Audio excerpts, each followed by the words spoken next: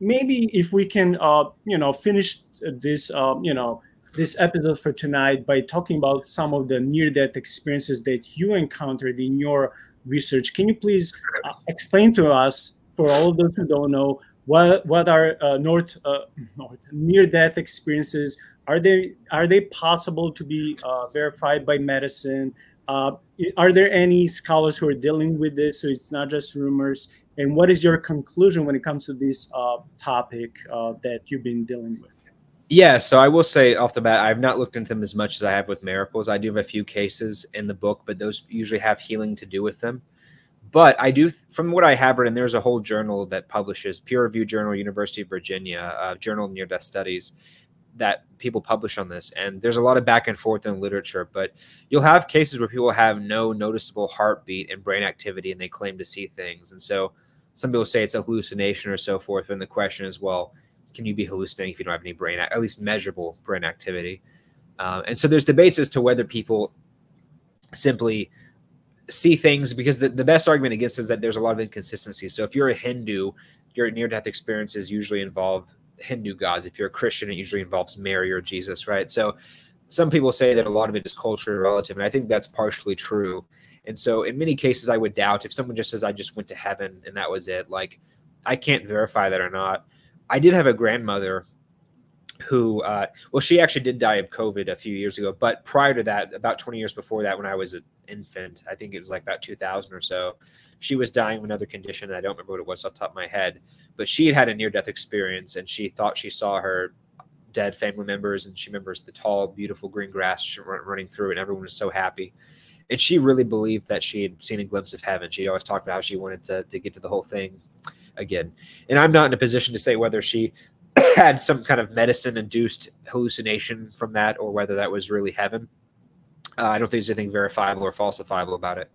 But you do get some interesting cases where people allegedly will see things that can be verified, where they will say things like, oh, I floated out of my body, and then I floated into the floor above and then 2 rooms down, and I saw that there was this guy who was getting his leg amputated, and there was a doctor who was wearing a blue coat who then put the leg in a yellow bag and then moved it. And then when they wake up and tell people this, they find out that at the exact same time there was this going on, and it's like, well, either they heard it from somewhere, they got lucky, or there was leading questions. I mean, sometimes it's just hard to verify, because even if they get it right, there's the question of like, well, is there information that they were exposed to that they didn't know? Did people ask leading questions, or they just say it? So a lot of it's very hard to know, which is why I don't think it's usually as strong.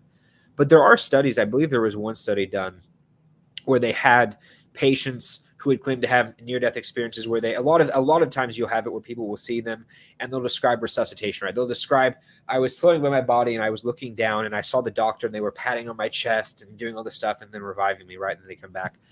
And some people said, well, maybe this is just people guessing, right? That they're just, oh, they've seen it on TV. This is normal stuff. But some of the stuff they say is pretty specific, like the instruments and stuff they use are not what you would normally see in TV.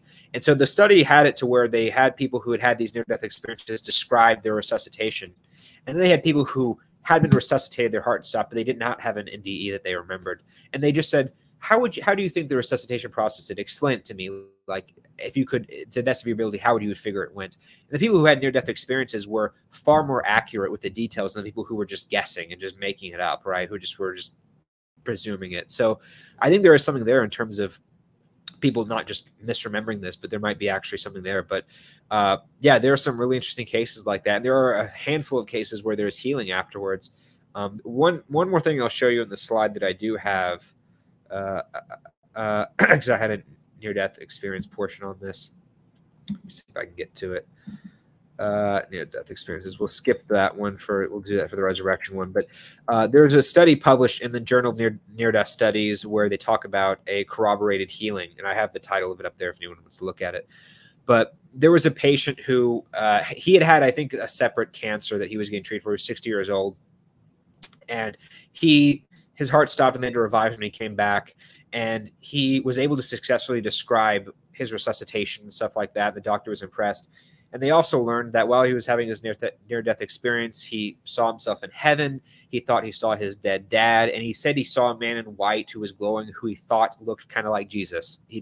He wasn't sure. I don't think he was overly religious, but he was like, he presumed it was Jesus. When he came back, uh, the doctors had found out that so when he'd been born with cerebral palsy, right, which is a neurological condition and has different degrees of severity, but he had a withered hand, kind of like the guy in the gospel that Jesus heals. And his hand had basically been in a permanent flex of a wrist. His muscles had been atrophied. He hadn't been able to use his hand since birth for 60 years. He sometimes wore splints, but he said it didn't work, and it was just there, but it never actually had any management. So we know that he came in like this, but when he woke up from the NDE, very rapidly he was able to move his hand again, and he got muscle tone. And the doctors looked and they checked when he got out of rehab. It's like, did he ever do any exercise for his hand? Like, no, we never did any hand exercises, but they did confirm that the muscle tone and the mobility of the hand returned right when he had been revived. And so the paper goes through this, and they said, yeah, there's no natural explanation. Cerebral palsy doesn't go away. It's a permanent condition. And there's no precedent for someone who's had decades of paralysis of an appendage with, atrophied tendons to that degree, suddenly being able to open it and move it around. Prior to that, he'd only been able to do that very limitedly. But he talked about how he had pretty much full range. He didn't need a splint or anything now. So I don't think it's the strongest case, but it's really interesting, and it was published in a medical journal. So it's one of those where they're just like, yeah, this is really weird. And they didn't have an explanation for the healing, but it is fascinating. It's funny because in this series of papers, there's a back and forth. There was a skeptic who posted a response paper, and he and most of it wasn't about that aspect of it. It was about other things. And he had like a paragraph or two about, well, do we know the person was actually like sick before that? And then the author of this paper posted a response to his response where she defended that. And then when he posted a second response, he dropped the issue with the healing. He attacked other things, but he didn't address what her response was. So presumably she got the person who was defending this got the last word on it. So it is interesting, and I think that's a really fascinating case that was published for anyone who wants to go read about it. But yeah, there's a near-death experience that has some kind of external confirmation, that is fascinating. And a lot of these happen and just aren't reported, and I think these are more common than people think, but often we just don't talk about them. Yeah, I think it's definitely a vague topic, but it's even more definite that it's a super interesting, and I would say very important topic for all of us. We can be Christians or members of other religions, or just completely skeptics and towards anything out there when it comes to supernatural.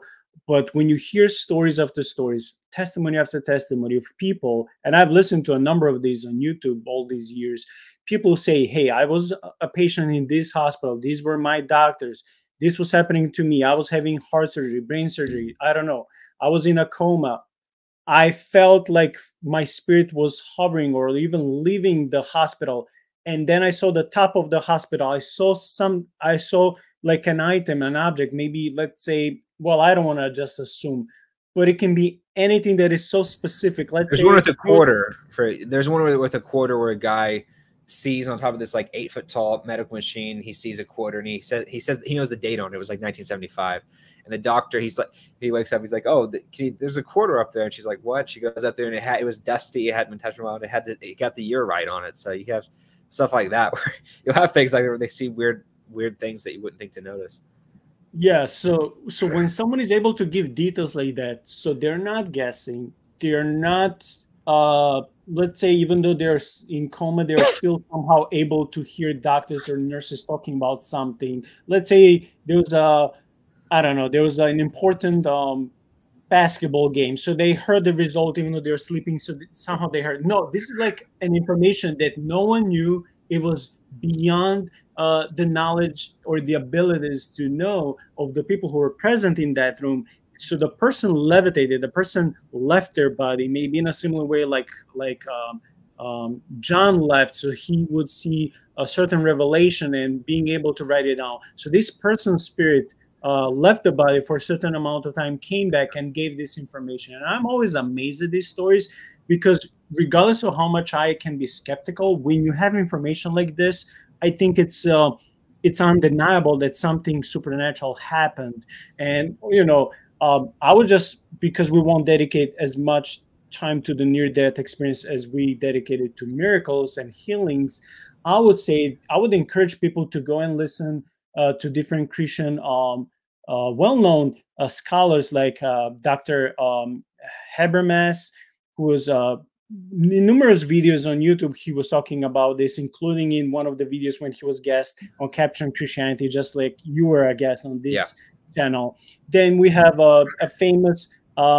He's not a scholar, but he's a former journalist and an apologist, Lee Strobel, talking about this. We had Sean McDowell. We had all these people who, some of these are more trained in philosophy and theology and apologetics than others, but still their work is credible. They don't just, write about assumptions. They want to have all this information backed up by data, just like what you're doing in your work, and which I love and admire.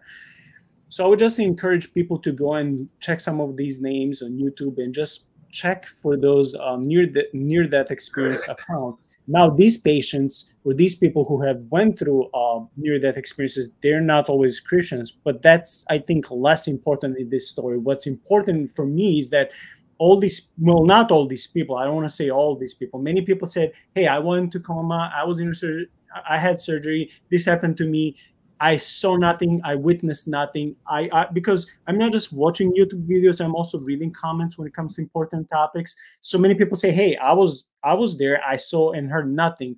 But I'm like, but there's also a numerous number of accounts where people saw some angelic or divine figures, they felt something, they heard something, they were able to either retrieve information which they were not able to get in any other shape or form, or maybe they experienced this divine healing or peace where they will have this angelic figure that will calm them down, and they will wake up from surgery and they'll be like almost a different person, like because of that divine or paranormal experience. So I think this contributes to the topic of miracles and just life after that many religions believe, not just Christianity.